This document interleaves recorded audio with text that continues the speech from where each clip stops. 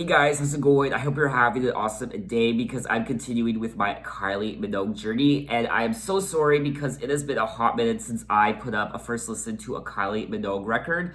I'm still only at 1992. I mean, there is so much Kylie Minogue I still need to listen to, and I'm only at 1992 still. I'm so sorry. I am trying. I am definitely going to start getting the ball rolling on my first listen videos for Kylie Minogue. But here we are at her greatest hits record, her very first compilation record. And there were 3 new songs released for this album called What Kind of Fool, Heard All That Before, Where in the World, and Celebration. So those are the 3 new tracks that I haven't heard yet.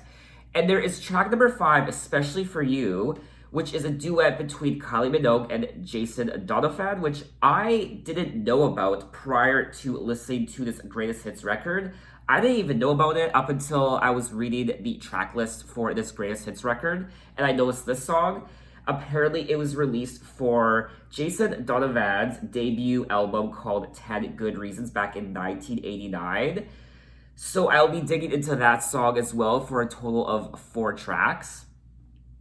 And I am super pumped and excited. And it's interesting that she has a track called Celebration because if you watched my prior video, I did a first listen of Madonna's 2009 compilation record called Celebration. And now I'm listening to a Kylie Minogue track called Celebration. It's just, this wasn't planned or anything. It's just interesting how things like that work out, like these weird coincidences. It's almost like it was meant to be. It's just really interesting. A lot of, things like that have been happening more and more throughout my life, just weird coincidences that weren't planned or anything. It's interesting how life works. Anyway, so let's get into it with track number 20. The first of the new songs for her greatest hits record called What Kind of Fool, Heard All That Before. Yes, classic Kylie.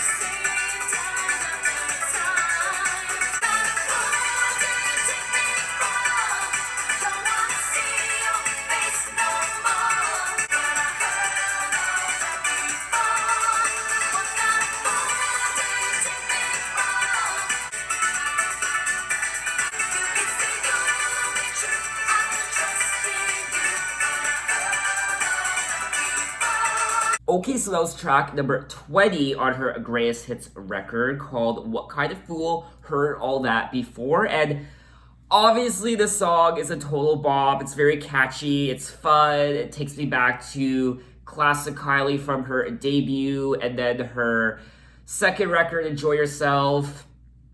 Even Rhythm of Love, very disco Kylie, very bubblegum pop, puts you in a happy mood. I can't help but feel like this song is very regurgitated though. It sounds like all her other songs she released. I had this problem prior where I find that a lot of Kylie Minogue songs that she released in the early stages of her career, a lot of them sound very similar and the same. It's hard to kind of differentiate between certain songs. I feel like this is kind of just a repetition or a regurgitation of what she's released before. It sounds very similar to a lot of her other songs. But at the same time, I enjoyed it. It's very catchy. I love the melody. And it's just very classic Kylie. So I did enjoy it. I'll give it 1 thumbs up. I would have given it 2 if it didn't sound like a lot of her other songs. But what can you do? Anyway, let's move on to track number 5, Especially For You. Now, this is the duet between Kylie and Jason Donovan, so let's get into it. I feel like when I do these Kylie Minogue first listen videos, I should be saying, let's get to it, instead of let's get into it, because Let's Get To It, of course, was the title of her record prior to the Greatest Hits album.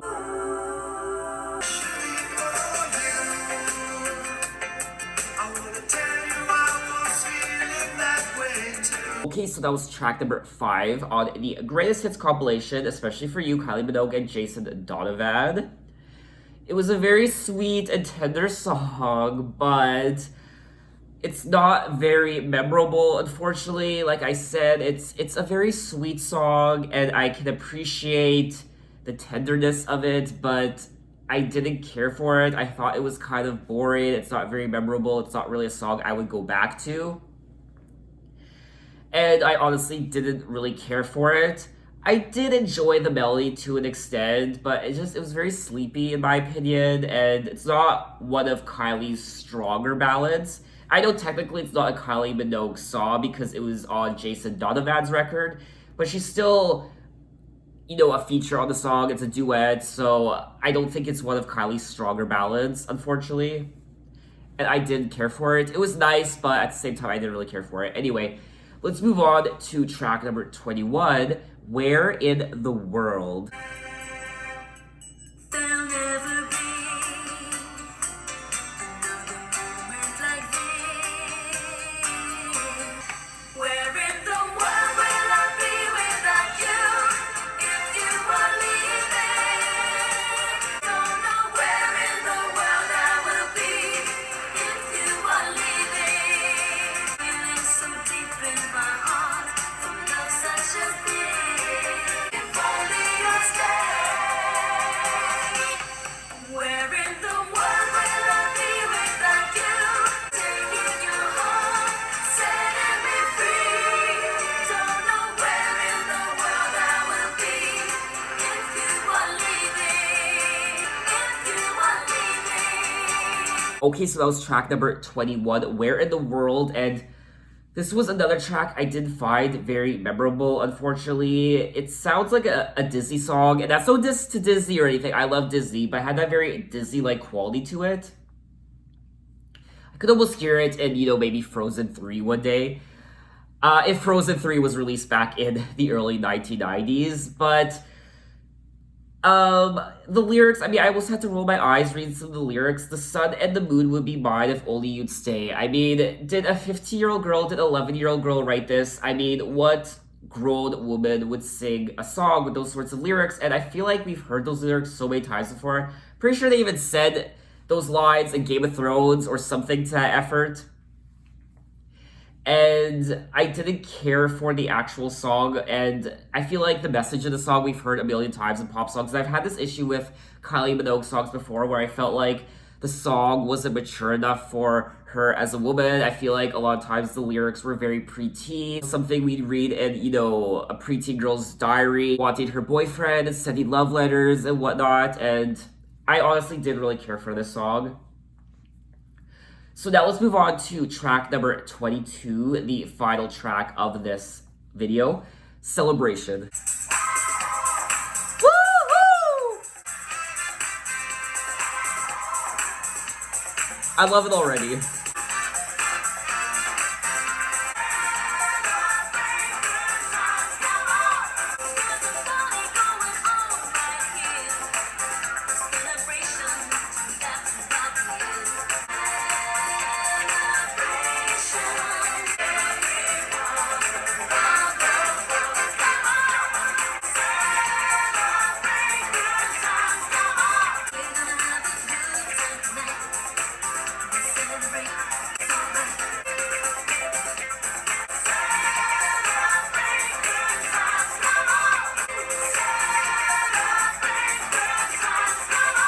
Okay, so that is the final track on the record, Celebration, and yes, it is a cover song of the 1980 song by Kool and the Gang from their album Celebrate. We've all heard the Kool and the Gang version, and it's definitely bringing back memories. I don't think I ever sat down and listened to the Kool and the Gang version in full before, so maybe I'm gonna have to do that after I shut off this camera here and after I'm done filming.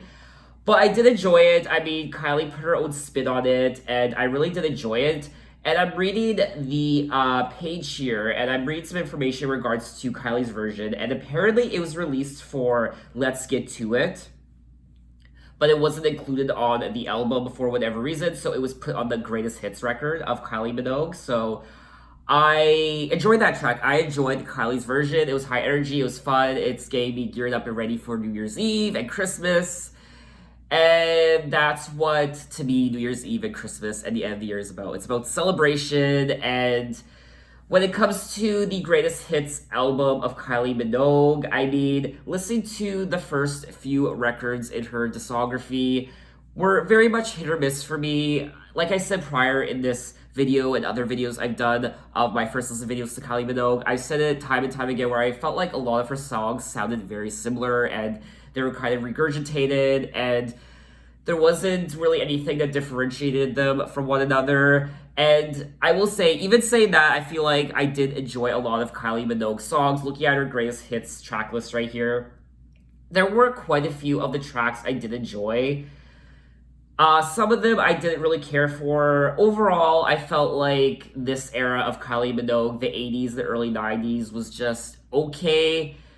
I'm excited to listen to what she has to offer coming up in the 90s. I mean, I'm only hearing good things. You know, there's Impossible Princess, and there's Light Years, and Body Language, and apparently those albums are total bops and a lot of fun. And apparently she just gets better and matures and starts to really release quality music. That's not to say the albums she released up until now wasn't good quality. I just feel like a lot of it was.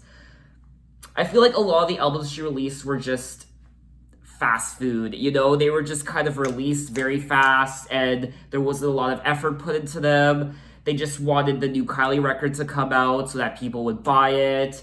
And hopefully going forward, more effort is put into her songs and more meaning is put behind them and the production gets better. And I just hopefully this time going forward past 1992, her music gets better. And from my understanding, it does. So that is my first listen of greatest hits by Kylie Minogue 1992. So we kind of finished this era. We're wrapping up the 80s and the early 90s, and now we're moving forward with her 1994 record, self-titled Kylie Minogue. So that's going to be interesting.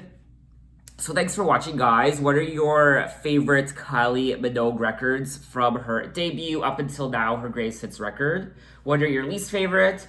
What are your thoughts on this era as a whole, from her debut record to Enjoy Yourself to Let's Get To It, Rhythm of Love? What are your thoughts on those records? Did you love them all? Were they more hit or miss for you like they were for me? So yeah, leave a comment. I'm very interested to know. And thanks for watching, guys. I will see you next time. Bye-bye.